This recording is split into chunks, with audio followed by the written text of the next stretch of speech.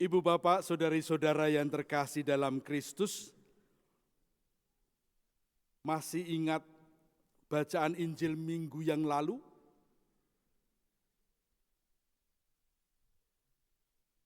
Tentang apa? Lupa sudah, Pastor. Sudah 1 minggu. Minggu yang lalu kita mendengarkan panggilan Yesus ketika Yesus pergi ke daerah Zebulon dan Naftali. Orang-orang dari berbagai bangsa boleh melihat cahaya. Lalu Yesus memanggil murid-muridnya, "Ikutlah aku." Dan hari ini kita mulai mengikuti Yesus yang mengajar para muridnya, yaitu kita semua. Injil Matius yang kita renungkan selama tahun liturgi A tahun ini menonjolkan Yesus sebagai guru yang penuh kuasa, guru yang tidak biasa, guru yang melebihi guru-guru pada umumnya.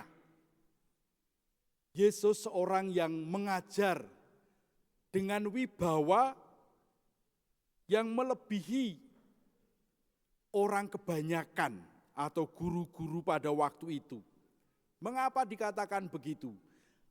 Guru zaman Yesus itu didatangi murid. Jadi para murid itu mencari gurunya untuk belajar. Yesus sebaliknya. Yesus mendatangi orang-orang. Dia pergi ke pinggir danau, dia pergi ke pasar, dia menyapa orang yang sedang bekerja dan dipanggil. Orang-orang yang menurut dia baik, dia panggil untuk mengikutinya. Dan ketika dia mengajar di rumah-rumah ibadat, semua orang merasa bahwa Yesus ini cara mengajarnya luar biasa. Kalau orang lain biasanya mengutip guru yang lebih tua, kata Pak ini dia mengajar begini, maka kita harus begini. Yesus lain. Dalam Injil Matius, kalau Anda nanti membacanya dengan seksama, kita akan menemukan Yesus berkata, "Aku berkata kepadamu, tetapi aku berkata kepadamu." Jadi Yesus seperti orang yang memang berhak untuk menyatakan sesuatu.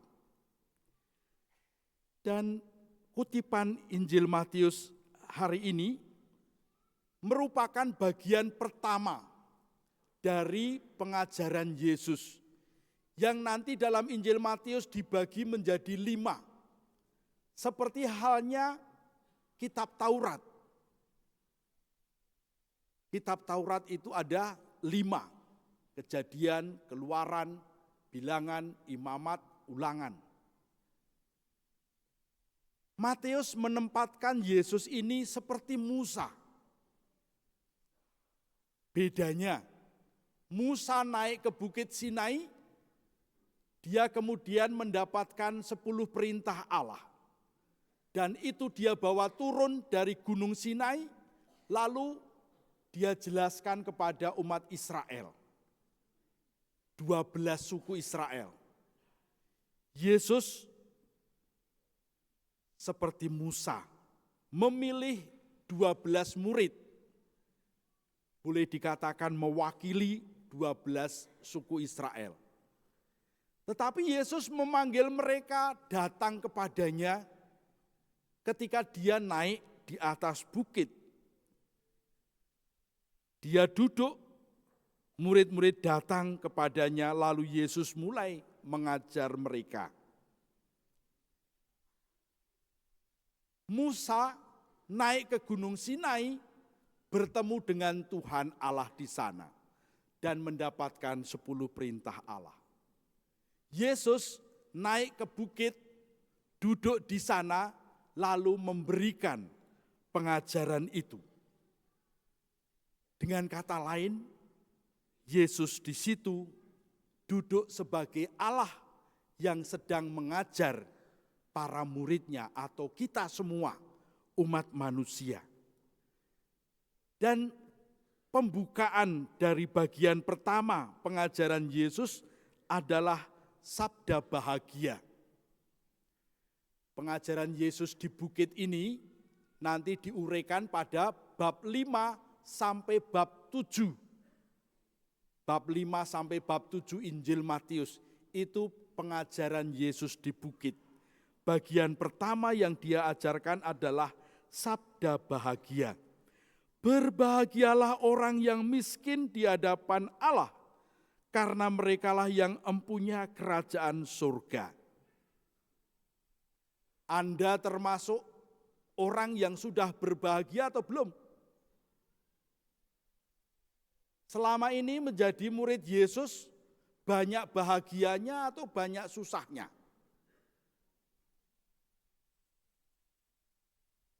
Takut-takut jawabnya.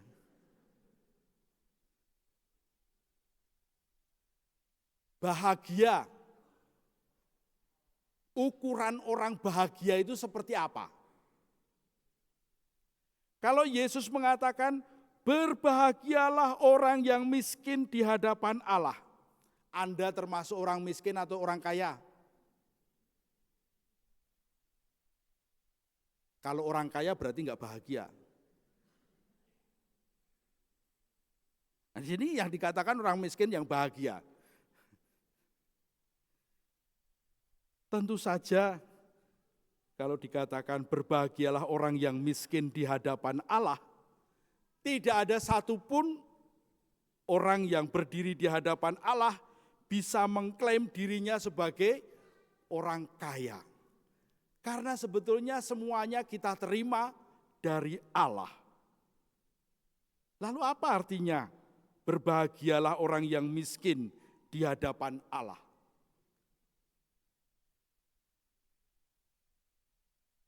Orang yang berbahagia bukan orang yang memiliki segala sesuatu. Orang yang berbahagia juga bukan orang yang tidak punya masalah. Kalau ada orang yang merasa saya dalam hidup ini enggak pernah punya masalah,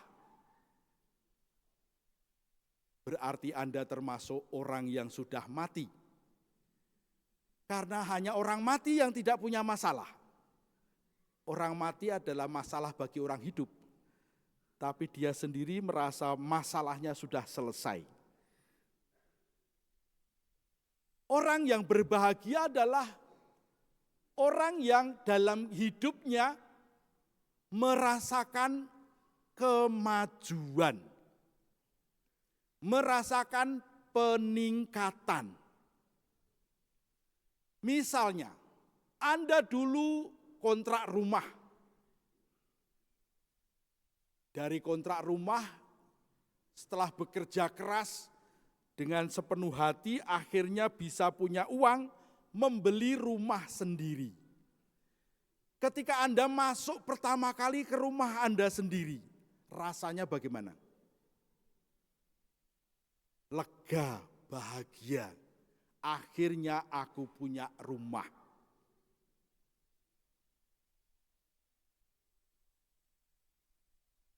Ketika anak-anak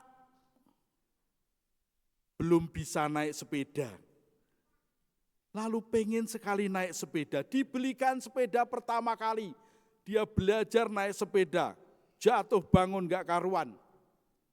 Ketika bisa naik sepeda, senang sekali, bahagia sekali. Betul anak-anak? Setelah bisa naik sepeda, pengen naik sepeda motor. Lalu mulai belajar naik sepeda motor. Setelah bisa naik sepeda motor, sepeda ontelnya kemana? Ditinggalkan di pojok rumah, nggak pernah disentuh lagi. Setelah bisa naik motor, pengen naik mobil, setir mobil. belajar setir mobil. Setelah bisa naik mobil, motornya kemana? Jarang dipakai. Tapi bagaimana perasaan Anda sekalian ketika pertama kali bisa naik sepeda? Ketika pertama kali bisa naik motor? Ketika pertama kali bisa setir mobil? Ada rasa bangga, ada rasa bahagia, ada sukacita. Sama halnya ketika dulu, sekarang nggak tahu ya, nggak ada naik kelas lagi ya. Dari kelas 1 naik kelas 2. Rasanya ada kemajuan naik kelas. Kalau tinggal kelas, sedih. Berarti apa? Ketika hidup kita mengalami kemajuan, ketika ada perkembangan, kita merasa bahagia. Tapi itu tadi yang saya berikan contoh hanya perkembangan fisik. Yang lebih utama lagi adalah ketika kita mengalami perkembangan batin, perkembangan rohani. Ketika Anda semakin mencintai, ketika Anda semakin menjadi orang yang sabar, ketika Anda menjadi orang yang semakin bertanggung jawab, ketika Anda menjadi orang yang semakin menerima kekurangan sesama daripada jengkel dan mengkritiknya atau memarahinya. Ketika Anda semakin bisa menerima kekurangan pasangan dengan hati yang lega, tidak ngomel-ngomel, di situ pasti ada kebahagiaan. Karena apa? Berarti pengalaman-pengalaman hidup kita yang kita jalani selama ini membuat kita makin meningkat. Kita makin mampu belajar dari kehidupan kita sehari-hari. Hidup kita itu bukan berputar. Besok di atas, lain waktu di bawah. Bukan seperti itu. Hidup kita itu seperti grafik yang mestinya naik. Semakin lama semakin tinggi. Kalau hidup kita semakin meningkat, maka kita akan semakin ke puncak. Dan puncak yang utama adalah saat kita bersatu dengan Tuhan. Maka meskipun kita orang yang kaya raya, meskipun kita orang yang segala-galanya punya, katakanlah. Kalau kita tidak mampu berkembang dalam hidup batin kita, hidup rohani kita di hadapan Allah, kita tetap orang yang miskin. Orang yang miskin di hadapan Allah adalah orang yang mampu menyadari semua anugerah ini dari Allah yang harus saya jadikan kekuatan untuk mengembangkan pribadi hidup saya.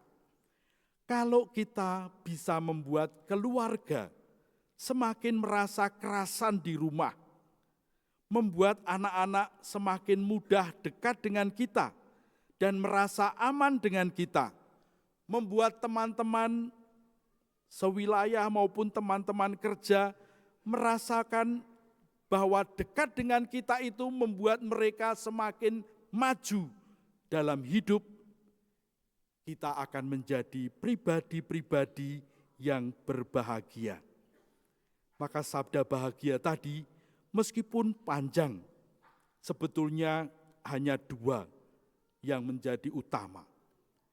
Kita berbahagia ketika hidup kita berada di dalam tangan Allah, dalam bimbingan Allah.